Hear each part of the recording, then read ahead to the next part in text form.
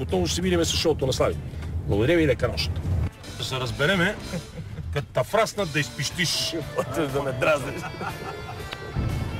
Боже, боже, боже. Получавал ли си такова предложение? Не. Какво каза, бе, маме? Не. Трябваше друго да кажеш. И какво трябваше да кажа? Правил ли си? Правил ли си? Това, уважаеми зрители, в ляво е сграда. Ако не сте виждали, вижте какво строителство на вече в София. Стъклено. Има стъклени сгради, които са по-красиви от другите бетонни, които са грозни. После дали някой ще купува апартаменти вече в тях. Боже, боже, уважаеми зрители, каква емоционална история. Какви неща. Боже, боже, романтика. Такива и... Айде по. Уважаеми зрители, нека да видим какво ще ни гръмне в следващия епизод на Бягство към победа. Точно след новините по BTV. Уважаеми зрители, ще видите втория епизод на Бягство към победата в 22:30 след новините по BTV. Ще попитам водещият на Бягство към победата Борис Шултарийски. Борисе! Да?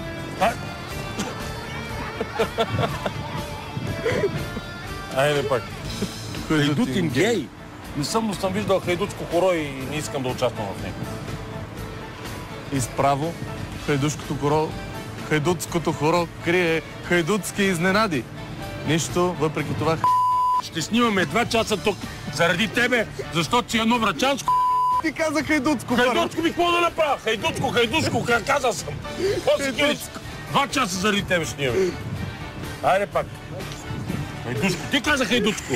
Ти каза хайдутско. Айде. Здравейте, уважаеми зрители. Не знам къде се намираме, за да ни обясни тази загадка. Ще помоля... Кой?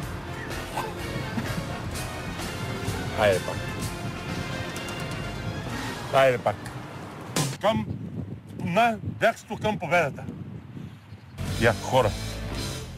Трябва да ги питаме къде сме, защото според мен се въртим в кръг. Каква е тази птица, Борисе? Синигър. А кучето? Дакел. Уважаеми зрители, между другото, коя е тази птица, която пее? Токан. Токан е птица, която живее в Мадагаскар. Когато си виждал Витоша да има токан? В Витоша да има най-много папагал, има ара, има ему, но никога не е имало токан. Разбра ли какво ти казах? Да. И още забравих какво трябва да кажа нататък, затова да се върнем обратно. Аз успях да пробягам 100 км през гората, да вържа 3 мички.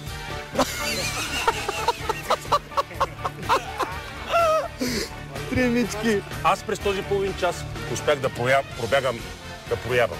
И... какво ще се случи друго? Желая ви лека нощ. Помахаш с глава, кажи лека нощ. Желая ви лека нощ. Кажи лека нощ. От петела.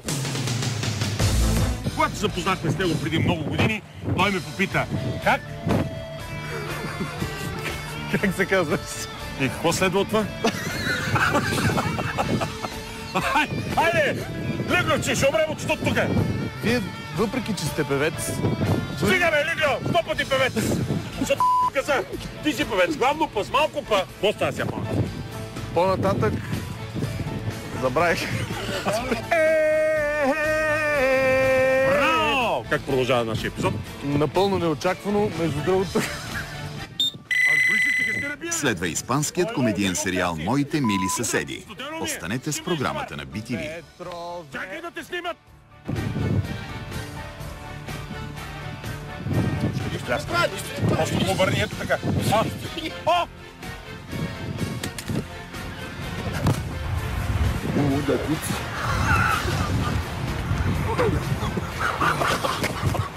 Виж се.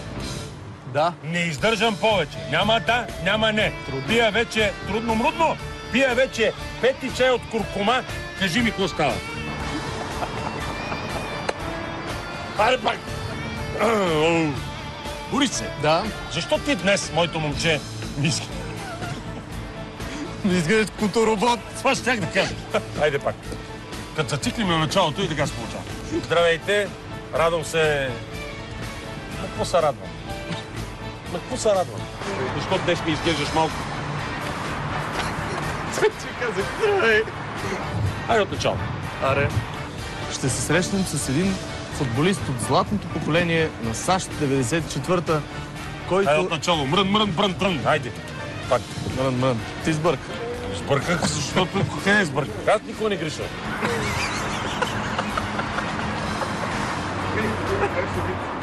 Няма значение.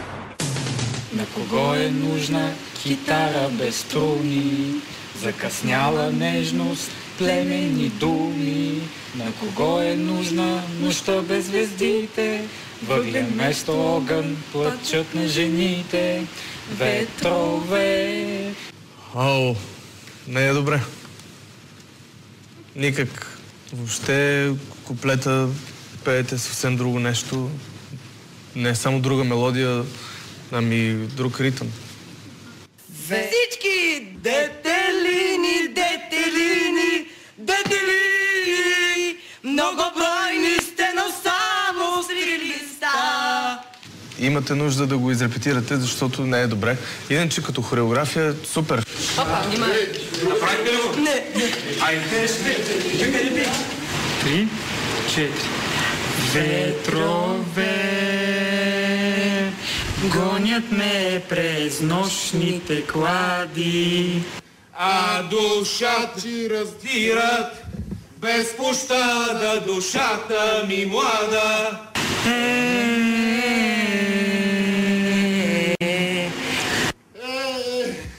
Пеете почти различна мелодия от време на време. Много задръствания. Важното е, че участниците ни не са задръстени и се оправят във всякакви ситуации. Сега ще прекъснем за малко, уважаеми зрители. Ще се видим след новините по BTV. Борисе, Да? защо ти днес, моето момче, ниски? Не изглеждаш като робот. Това щях да кажа. Айде пак. Панем е цирцензес. Че забравих нататък какво беше ние. Пане Марцем, Панем. Царцем. Да ме фанеш за цирцензес. Панем е Айде. цирцензес. От начало пак, айде. Между другото, знаеш ли как е истинското име на Конфуций? Ние го познаваме като Конфуций в Европа. Кунза. Точно така, приятелю. Кунза. На стария дза, сина му. Надза. Като зациклим на началото и така се получава. Леп и зрелище. Не леп. Леп ще викаш умраца, защото днес ми изглеждаш малко.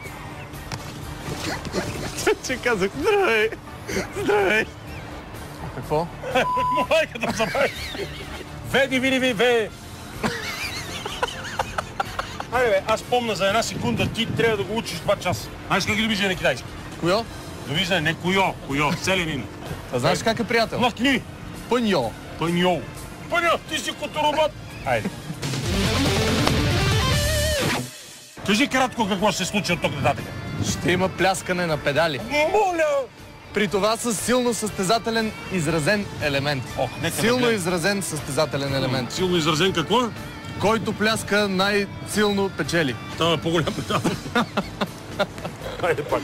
Също така ще трябва да дебнат за глигани в една силно пресечена местност. Виглигани. Диви глигани. Освен... Сиви. Сиви. Айде пак. Диви сиви. Млади глигани. Млади глигани. Спортни глигани. Дали да не звънна в районното на СЕМ и да извикам дежурния да дойде, да те погледне, да те чуе какви ги говориш и какви ги вършиш и да себе да те забрани? Разбираш ли какво ти говоря? Да. И какво чакаш ти подам, бе, Лигльо? Ми... Какво? Кажи, ще има и други неща, ще има пляскане педали. Какво чакаш ти подам? Къде са ти глиганите, Борисе? Млади глигани. Къде са? Радвайте се, че не сте ги видели. Радост. За май пак. Така е. Да. Чакай.